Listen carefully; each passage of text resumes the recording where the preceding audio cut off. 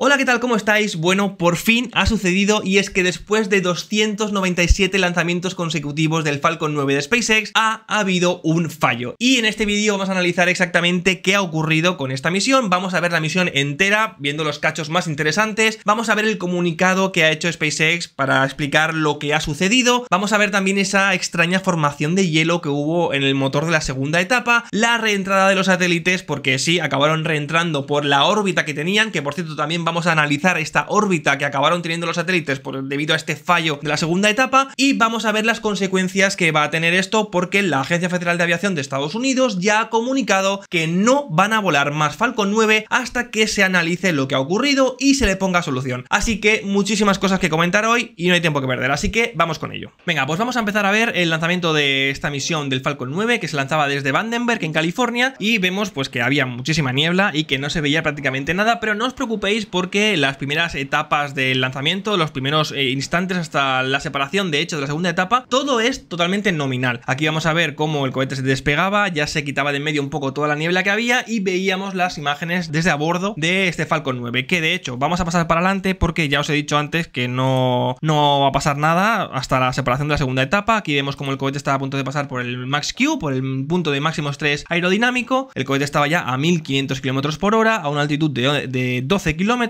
y aquí pues pasaba por ese punto de máximo estrés aerodinámico. Nada, seguimos hasta el momento del MECO, que es el Main Engine Cut-Off, el apagado de los 9 motores Merlin del Falcon 9. Ahí se va a producir, y se va a producir también la separación de la segunda etapa con el motor que iba a acabar fallando. Aquí vemos las vistas desde la primera etapa y aquí vistas de a bordo desde la segunda etapa. Ahí estáis viendo cómo se encendía perfectamente el motor, y ahora viene o va a empezar a venir lo interesante, y es que esta misión tenía que reencender el motor dos veces. Es decir, tenía que encender el motor dos veces, perdón. La primera es la que estamos viendo ahora, que funcionó todo de manera totalmente normal, pero lo que vamos a acabar viendo con el paso de los segundos y los minutos es que se va a empezar a formar escarcha alrededor del motor de la segunda etapa, y esta escarcha es un síntoma, que de hecho lo vamos a ver luego, del fallo que acabó teniendo la segunda etapa. Aquí hemos visto cómo se separaba la cofia que protegía los satélites de la atmósfera terrestre. El cohete ya está lo suficientemente alto como para que la atmósfera ya no sea un problema, está a 100 km de altitud, como veis aquí, 106, y la cofia pues se separa exponiendo los satélites Starlink, que se iban a acabar liberando, porque se acabaron liberando, se liberaron, pero acabaron cayendo a la Tierra, y tenemos un vídeo que lo vamos a ver luego. Bueno, lo más importante aquí ahora es que nos fijemos en la escarcha que se va a acabar produciendo alrededor de este motor de la segunda etapa. Voy a pasarlo un poquito para adelante. Bueno, de hecho os voy a explicar antes una cosa, y es que veis que esta cubierta, que es como una especie de manta térmica que tiene los componentes del motor, que sirve básicamente para aislarlo o mantener la temperatura, para que estas temperaturas extremas que se viven en el espacio cuando te da el sol y cuando no te da el sol, pues no afecten a los componentes más sensibles del motor, se ha hinchado, y se ha hinchado muchísimo. Mirad cómo se hincha aquí, mirad, esto no es normal, normalmente se hincha un poquito, pero no tanto como ahora, y aquí es donde vamos a ver ya esta fuga de oxígeno líquido. Estamos viendo mucha escarcha salir, estáis viendo por aquí un montón de escarcha, vamos a ver mucho más, no os preocupéis. Vemos cómo también escarcha alcanza a los gases calientes del motor y se van pues expulsando de forma muy rápida. No os preocupéis que vamos a ver muchísimo de esto, porque es realmente muy llamativo, y aquí ya estábamos viendo y estábamos sabiendo que sucedía algo que no había sucedido nunca, y es que pues como os he dicho antes, se estaba formando escarcha. Aquí estáis viendo toda esa escarcha que ya se ha formado debido a esta fuga de oxígeno líquido, es decir, había oxígeno líquido que se estaba por algún poro, estaba siendo expulsado, y nada más entrar al contacto con el ambiente del espacio se congelaba inmediatamente, y es lo que estamos viendo aquí, esos trozos de escarcha salir. Mirad cómo acaban cayendo hacia los gases calientes del motor y se acaban como casi desintegrando. Bueno, mirad aquí cómo empieza a formarse toda esta escarcha por aquí. Y esto lo que os decía es que va a impedir el segundo encendido del motor, que sí que se encendió, pero que no consiguió encenderse de manera continua, es decir, no consiguió encenderse todo el tiempo que era necesario para alcanzar la órbita deseada. De hecho, lo que vamos a ver ahora es, vamos a cortar ya estas imágenes, que más o menos ya todos habéis visto la cantidad de escarcha que se ha formado, y os voy a intentar explicar la órbita a la que tenían que haber quedado los satélites y la órbita que finalmente tuvieron. Os lo he exagerado bastante, en el sentido de que, a ver, la órbita realmente a la que tenían que haber quedado los satélites, pues sería una órbita muy baja, están en órbita baja terrestre, sería una órbita más o menos circular, o sea, a 280 kilómetros de altitud y más o menos circular, pero esta no fue la órbita que se acabó alcanzando porque no se consiguió encender el motor de la segunda etapa, y al no encender el motor de la segunda etapa, la órbita quedó más o menos así. Más o menos, no lo estoy haciendo exacto ni muchísimo menos. De hecho, lo que vamos a hacer es exagerarlo para que la explicación sea un poco más evidente. Bueno, de hecho, la órbita real tendría que ser con una inclinación de unos 53 grados, creo, que sería una cosa así, ¿vale? Pero bueno, para simplificar las cosas lo vamos a hacer con una inclinación de 0 grados, que va a ser mucho más fácil de explicar. Aquí hay dos cosas que tienes que saber. El punto más alto de la órbita se llama apogeo y el punto más bajo de la órbita se llama perigeo. Como os digo, los satélites Starlink deberían haber quedado en una órbita totalmente circular de unos 280 kilómetros de altitud, pero terminaron quedando en una órbita de 280 por 135.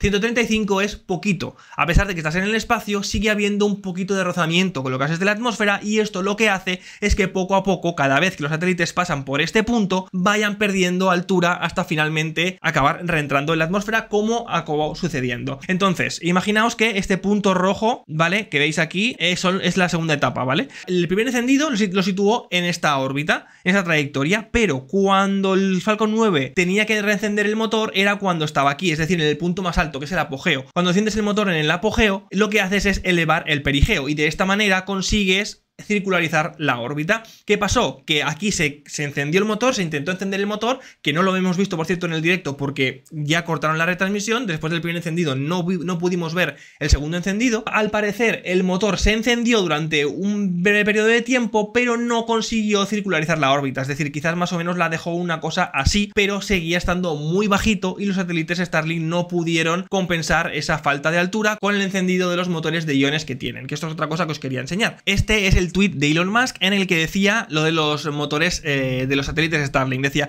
estamos actualizando el software de los satélites para ejecutar los propulsores de iones a su equivalente de Warp 9. Bueno, esto es una referencia a Star Trek. A diferencia de un episodio de Star Trek, esto probablemente no funcione, pero vale la pena intentarlo. Los propulsores de los satélites, estos propulsores iónicos que ahora os voy a enseñar, necesitan elevar su órbita más rápido de lo que la resistencia atmosférica los empuja hacia abajo hasta que finalmente se quemen, ¿vale? O sea, básicamente nos está diciendo que necesitan elevar la órbita, es decir, necesitan encenderse cerca del apogeo para elevar el perigeo, para que, debido a los siguientes pases que va a hacer por el perigeo, por el punto más bajo, no vayan bajando la órbita hasta que acaben reentrando. Los satélites Starlink tienen, aquí os he preparado una imagen, tienen unos propulsores iónicos, ¿vale?, que básicamente lo que hacen es coger la electricidad de los paneles solares y acelerar unas partículas que suelen ser gases nobles, creo que es kriptón los que usan los satélites Starlink, no estoy muy puesto, pero bueno, el caso es que estos motores iónicos son muy eficientes, pero tienen muy poca potencia, es decir, pueden encenderse durante largos periodos de tiempo, pero tienen una potencia muy baja, y el problema ha sido que, como bien decía Elon Musk, no ha sido suficiente para que tuvieran la energía necesaria o la potencia necesaria para elevar su órbita antes de que acabaran reentrando en la atmósfera por estos pases que han ido haciendo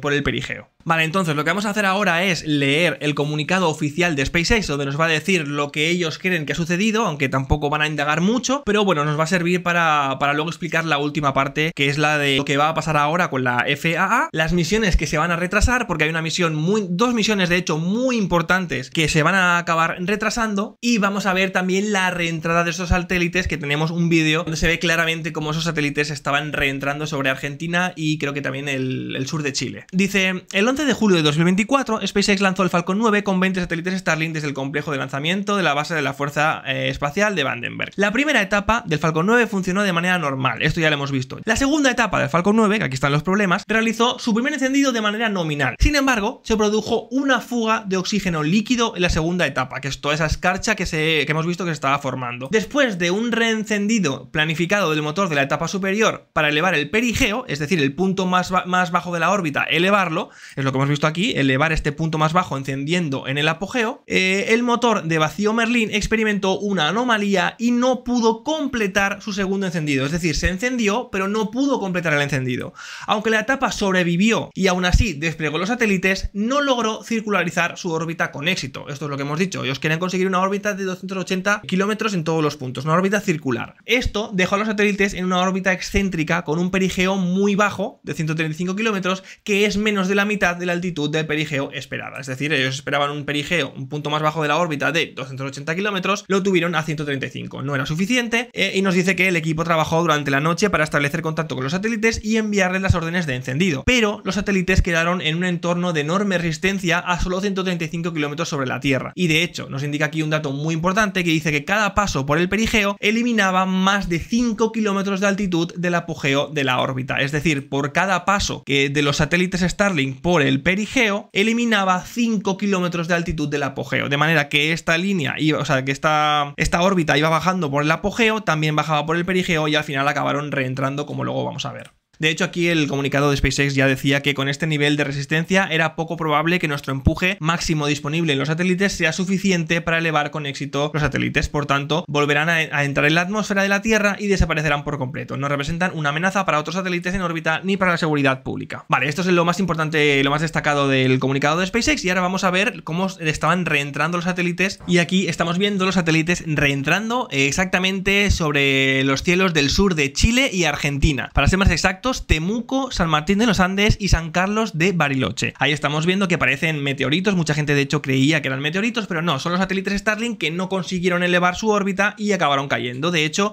más tarde tuvimos más satélites reentrando. De hecho, creo que tenemos una imagen por aquí que ha publicado Frontera Espacial. Aquí la estamos viendo. Los últimos satélites Starlink que quedaban acabaron reentrando también pues por todo Centroamérica y por Sudamérica. Vale, ¿y dónde nos deja esto? Pues esto nos deja en una situación muy complicada para SpaceX y para el Falcon 9, porque no va a poder volar más veces. De hecho, tenemos un comunicado de la FAA que ha hecho a NASA Spaceflight, que os lo dejo por aquí abajo, en el que se indica que la FAA requiere o va a requerir una investigación a SpaceX para que aclare todo lo que ha sucedido, que investiguen lo que ha podido pasar y que le pongan una solución, y que hasta entonces el Falcon 9 no va a poder volar. Y claro, esto va a retrasar todas las misiones que estaban programadas. De hecho, SpaceX quería batir el récord de lanzamientos este año con más de 130 y pico lanzamientos, no sé cuántos eran, y esto probablemente se vaya a cargar ese récord, porque probablemente el Falcon 9 esté en tierra, es decir, que no pueda volver a volar, pues no lo sé, durante un mes, 2 meses, en fin, veremos durante cuánto tiempo. La última vez fue en 2015, la última vez que falló un Falcon 9 en vuelo, y estuvo creo que unos 2 meses sin volar. De hecho, os quiero contar una cosa muy importante, y es que, claro, la segunda etapa, que es la que ha fallado, es el único componente del Falcon 9 que no se reutiliza. Por tanto, no se puede analizar una vez tras cada vuelo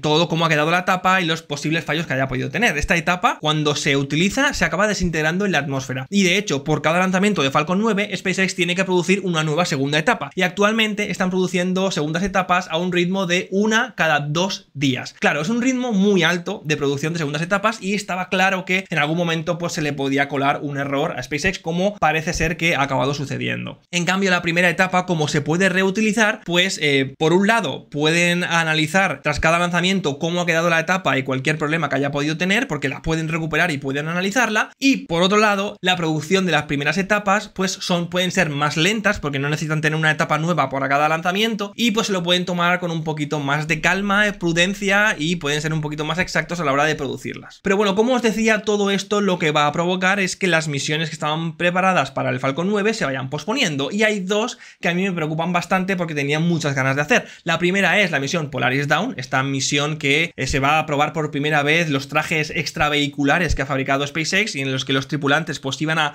acceder al exterior de la cápsula Dragon a una altura muy alta, la altura más alta que la cápsula Dragon ha estado jamás. Era una misión muy espectacular en la que íbamos a tener imágenes espectaculares y que iba a producirse este 31 de julio, pero que ya os digo que es imposible que se lance este 31 de julio. Veremos para cuándo está. Y la otra es la misión Transporter 11, que esta es una misión que suele hacer SpaceX para muchas empresas e instituciones que quieran lanzar sus CubeSats, ¿vale? Es una misión que SpaceX pone el Falcon 9 a disposición de muchísimas universidades, empresas, startups, en fin, muchísimos proveedores que ponen su satélite y los pueden lanzar al espacio por un módico precio. Bueno, pues en esta misión se iba a lanzar unos satélites que son de una empresa de Barcelona, y yo estaba preparando un directo súper especial desde un auditorio con la segunda pantalla más grande de Europa. Son 600 metros metros cuadrados, un directo espectacular con todo el anfiteatro lleno de gente y que íbamos a ver, íbamos a experimentar cómo se vive que SpaceX te lance unos satélites al espacio con toda la emoción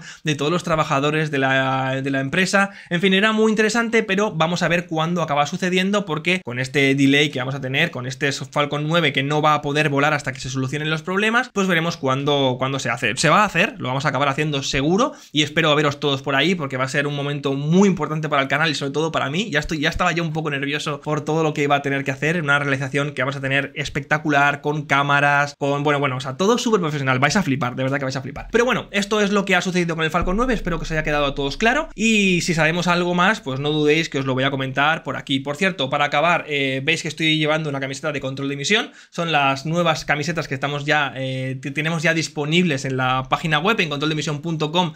Vais a encontrar una sección que pone merchandising, ahí podéis entrar y podéis colaborar con el canal. De hecho, también podéis comprar los Remove Before Flights, que son estos llaveritos que sorteamos siempre en los directos, también los podéis comprar por la web. Así que nada, aquí acabamos el vídeo, muchas gracias a todos por haber llegado hasta el final y nos vemos en el siguiente vídeo. Adiós.